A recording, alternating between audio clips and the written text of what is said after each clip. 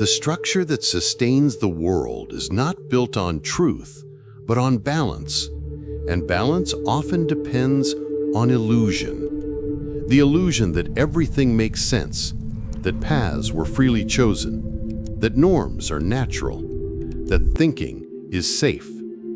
But it isn't. Thinking is dangerous because true thought doesn't confirm. It corrodes, it deprograms, it destabilizes. Nietzsche saw this, not in institutions, but in the human soul, in the fragility of what we call consciousness, and in the silent fury that rises against anything threatening collective mental stability. That is why thought that refuses to kneel is not tolerated for long. It starts as discomfort, then it becomes noise, and soon it must be eliminated.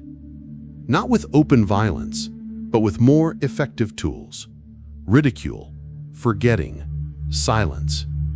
A mind that cannot be led must be isolated, not by accident, but by instinct, because where there is real lucidity, there is no longer control, and control is all that matters. The free mind is perceived as a virus and treated as such.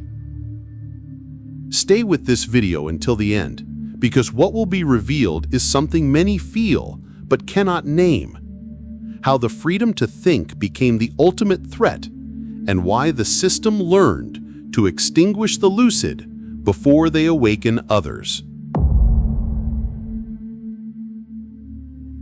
Not in the theatrical sense of intentional acting, but as an invisible mechanism that demands conformity in order to function.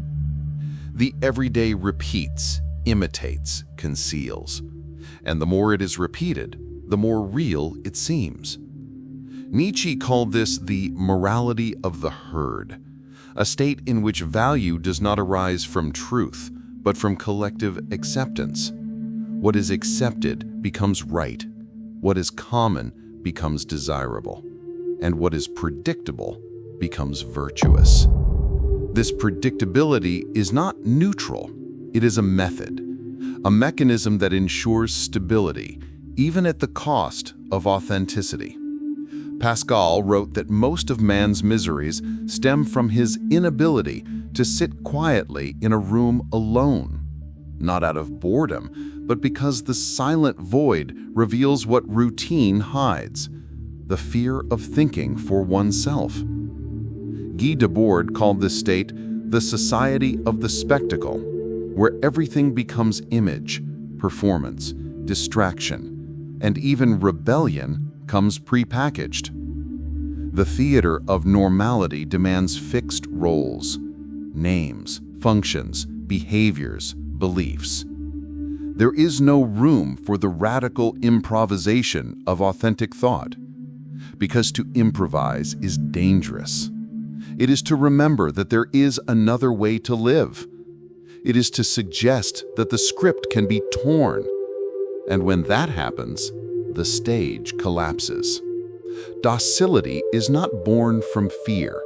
It is born from repetition.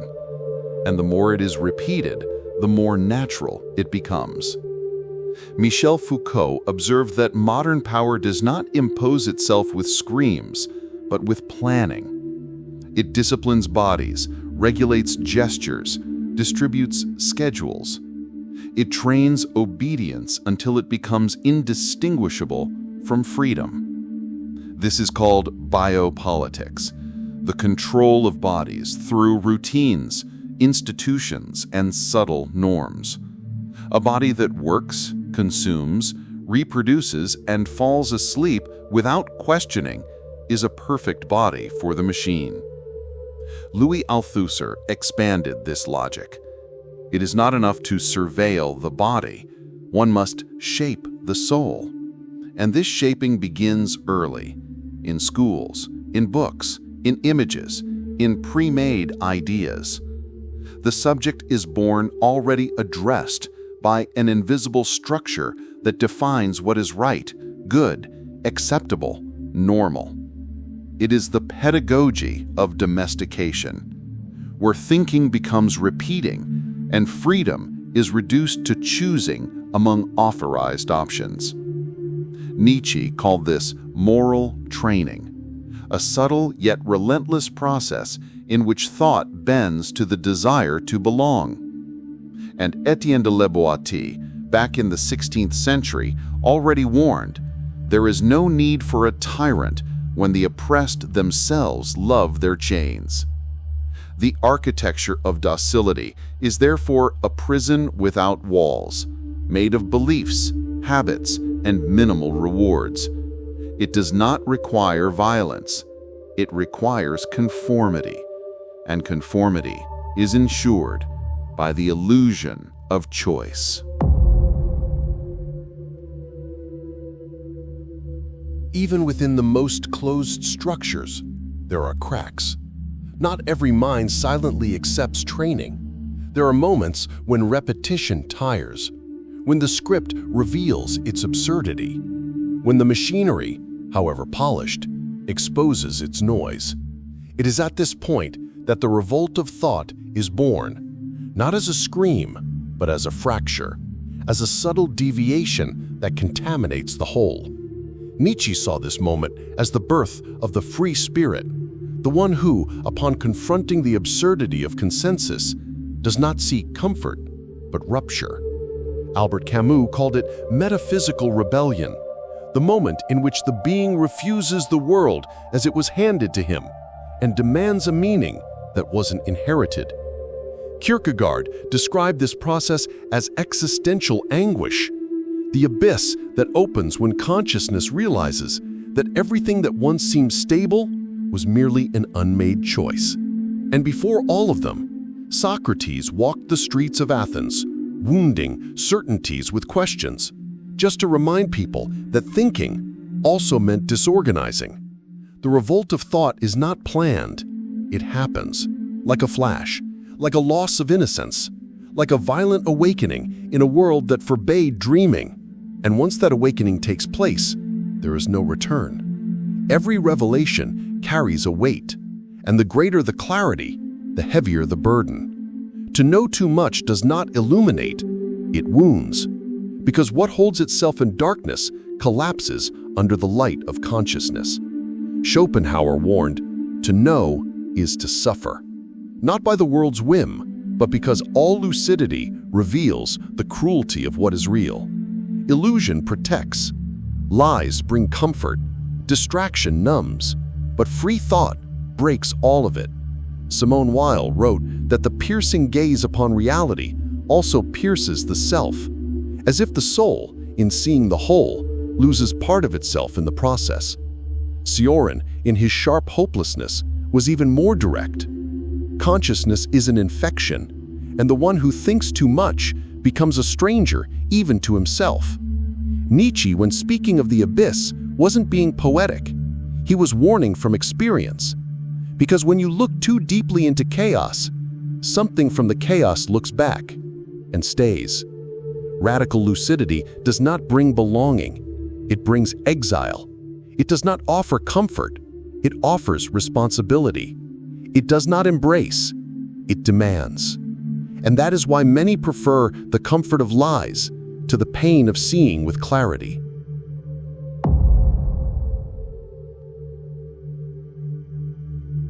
Lucidity comes at a price, and that price is not death.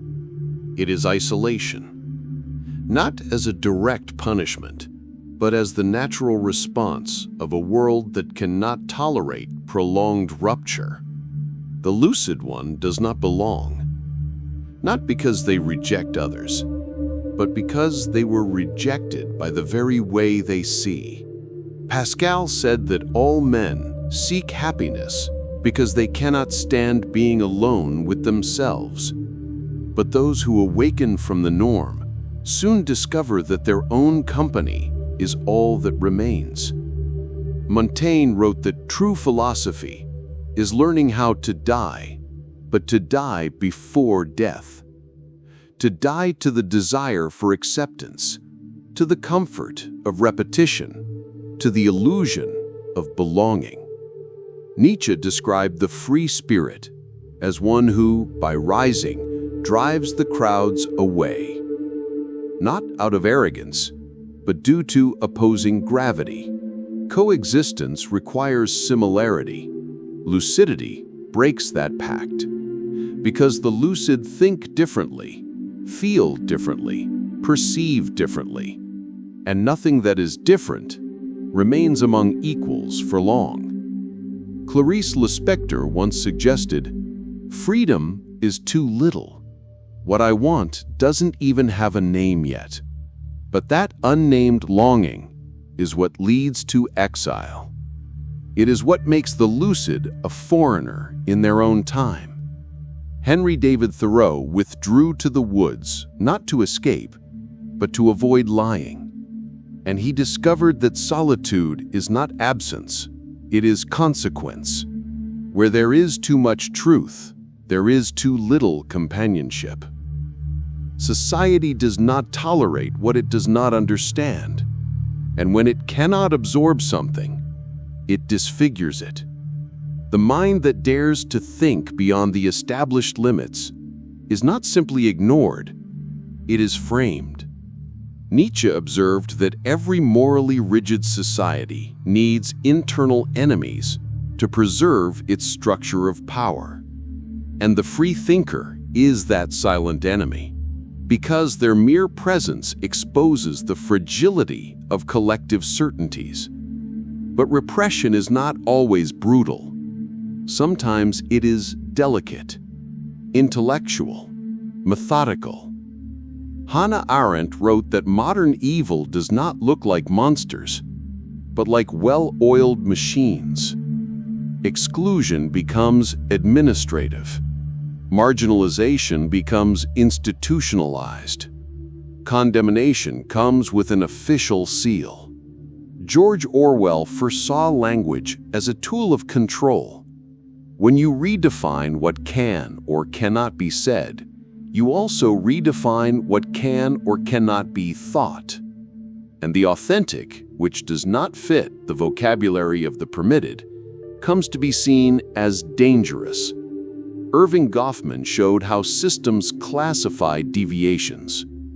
Everything that strays from the script is labeled as a disorder. Everything that threatens the collective is diagnosed as a flaw. And Foucault concluded, whatever cannot be domesticated will be pathologized. The authentic is not celebrated. It is corrected, edited, silenced with labels until it disappears or is absorbed as a caricature of itself. Every form of order depends on some kind of predictability, and every predictability relies on the obedience of minds. A free mind doesn't just reject the norm, it destabilizes the very concept of normality. Nietzsche said that the most deeply rooted values are precisely the most false, and whoever dares to confront them doesn't fix the system, they collapse it. Lucidity is revolutionary because it disorganizes without weapons. It destroys without touching, simply by revealing that another way of existing is possible. Spinoza warned those who think freely will always be seen as dangerous by those who rule through fear. Zygmunt Bauman saw this on a liquid scale. In a fluid, unstable world, those who think deeply become obstacles, because fluidity demands lightness, not depth. Simone de Beauvoir pointed out that power hates whatever it cannot capture, and authentic thought is uncontrollable because its source is not external, but internal. Byung-Chul Han, describing the age of performance, noted that the excess of positivity erases all true critique. The free thinker, who seeks no approval, interrupts the cycle. And where there is interruption, there is threat. The free mind is not hostile, but it shakes foundations. Because it does not submit, because it does not sell itself, because it does not fit in. And whatever does not fit reveals that the mold was arbitrary. The freedom that is displayed everywhere is often a well-crafted illusion. Choices are offered, but the alternatives were predefined. The questions were shaped in advance, and the boundaries of thought were drawn long before the will could even arise. Schopenhauer said that human beings believe they choose freely, but in truth, they only desire what they've already been conditioned to desire. Freedom becomes an internal spectacle, orchestrated by impulses that come from outside. So, believing oneself to be free is not proof of freedom, but a sign of successful conditioning. Social structures learn early to present obedience as preference and conformity as achievement. Byung-Chul Han observed that the excess of stimuli, of options, of information does not generate awareness, but exhaustion. And mental exhaustion doesn't resist, it accepts. It gives up seeking what's not on the menu. The illusion of choice doesn't need to lie. It only needs to shrink the horizon of the possible until the unacceptable feels inevitable. And at that point, control no longer needs to surveil. It is celebrated, defended, called freedom. Thinking requires silence. And in the modern world, silence is treated as a threat. The constant noise from screens, voices, notifications, and content doesn't just fill time. It fills the mind, drains attention, blocks introspection. Pascal once said, "All of humanity's misfortunes stem from man's inability to sit quietly in a room alone." This mental solitude, the birthplace of authentic thought, is avoided with near religious fervor, not by accident, but by design. The current system doesn't need to censor dangerous ideas. It only needs to make sure they never arise amid the flood of irrelevant distractions. Neil Postman warned that the real danger is not being oppressed by a tyrannical regime, but being distracted into stupidity. Guy Debord called this phenomenon the society of the spectacle, where what matters is not the experience, but the image of the experience, where the real is replaced by representation, and the essential by the stimulating. A mind constantly entertained is a sleeping mind that believes it's awake. And a mind that doesn't think, doesn't question, doesn't refuse, doesn't break free. The most effective form of censorship doesn't come from above, it comes from beside you. Free thought isn't only attacked by governments or dogmas, it's attacked by friends, colleagues, followers, ordinary people who've become involuntary enforcers of the consensus, because anything that strays too far from what's expected, what's tolerated, what's comfortable, is seen as a threat, and the herd protects its fence. Nietzsche once said, "The individual has always had to struggle not to be overwhelmed by the tribe." But that struggle has become more subtle, because now the tribe doesn't just impose behaviors, it imposes narratives, moralities, expressions, silences. Those who think outside the line are mocked. Those who speak the unthinkable are pathologized. Those who refuse to play the game are canceled. The prevailing morality wears the mask of virtue, but acts like doctrine. George Orwell warned that freedom is the right to say that 2 + 2 = 4. But even that is negotiable, if it's needed to maintain the bubble's harmony. Truth no longer rules, belonging does.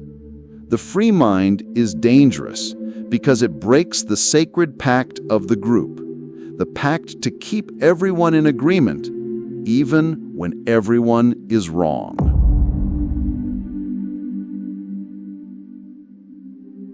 There is a kind of person that unsettles, not because they shout, but because they endure. They don't need to prove anything, nor be accepted, nor please anyone. They dwell in a space the collective cannot bear, that of existential self-sufficiency. Their presence is a silent scandal, because they do not bow to the need for belonging.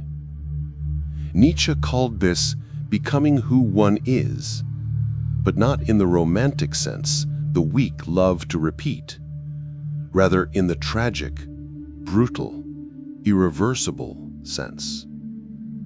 Becoming who one is means dying to everything that was temporary, comfortable, and borrowed.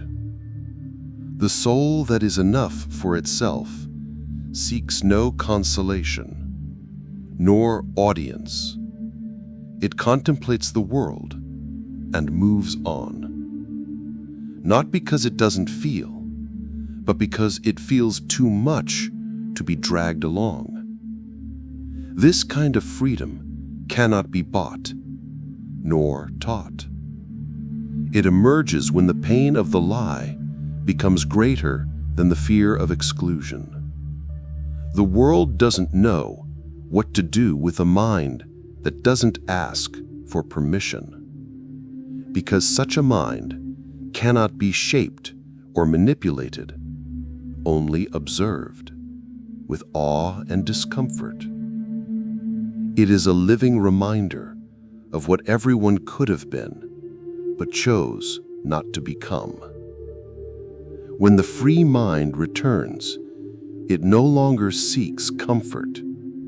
It does not beg to be heard, nor does it fear rejection. It already knows exile. And because of that, it knows the power of walking alone. But now something is different. It's no longer about breaking away from the world, but about facing it head on, with the weight of a lucidity that refuses to die. The language changes. There is no longer a desire to persuade, but a need to reveal. The mere presence of an awakened mind is destabilizing, not out of arrogance, but because it unmasks. The entire game of appearances, the whole collective performance, turns pale before someone who no longer plays along with the lie. That is why the return of the thinker is so feared, because they've seen too much to stay silent.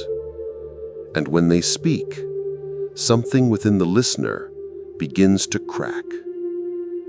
As Simone Weil said, truth is violent to those who live by illusion, and the free mind carries that violence, not by intention, but by nature. Lucidity is contagious, and the system knows it. It knows that all it takes is one gaze that doesn't bow, one word that doesn't repeat the script, one presence that doesn't beg for acceptance, for the herd to stir. That's how order begins to tremble, not because of external revolutions, but because of a single thought that refuses to obey. A free mind is not dangerous for what it destroys, but for what it reveals. It doesn't need to shout, accuse, or attack. It only needs to exist, and the varnish of normality begins to crack. Because lucidity has this side effect. It illuminates. And what was buried in the shadows cannot withstand the light. It's not hatred that drives persecution. It's fear. Fear that someone might break the mirror and expose the emptiness behind the image. Fear that the mask might fall, and with it, everything that seemed solid. Ready-made truths, fixed identities, the beliefs that held the game together. The world doesn't fear strength. It trembles before consciousness. Nietzsche warned, the truth is not for all men.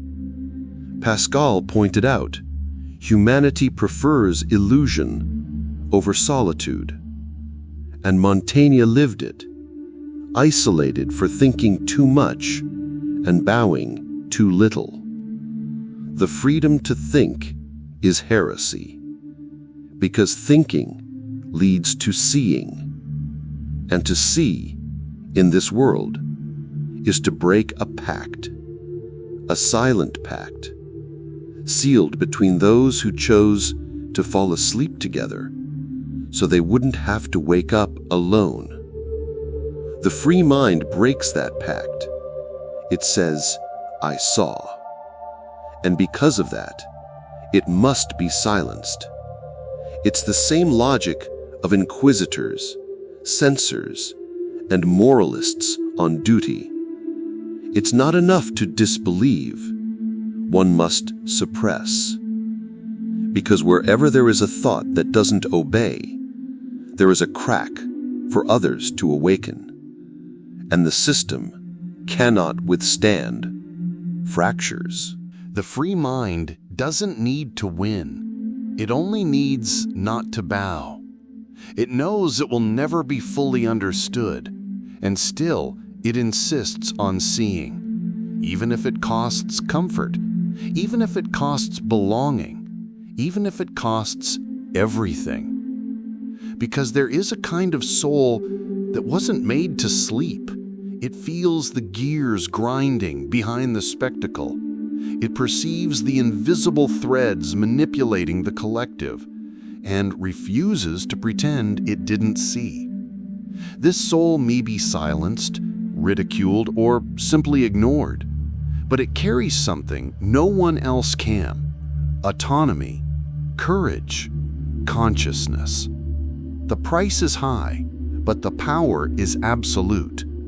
There is nothing more revolutionary than silent lucidity, unknown. The awakened mind never returns to the crib, anonymous. The truth will set you free, but first it will destroy everything. Attributed to Lao Tzu. And maybe that's why you feel so alone. Not because you're lost, but because you're awake. You're not weak. You're not strange. You just see. And seeing in this world is a form of rebellion. Subscribe to keep opening your eyes, even if it hurts, even if it burns, even if the world tells you you're wrong. After all the world wants is for you to keep sleeping. See you soon.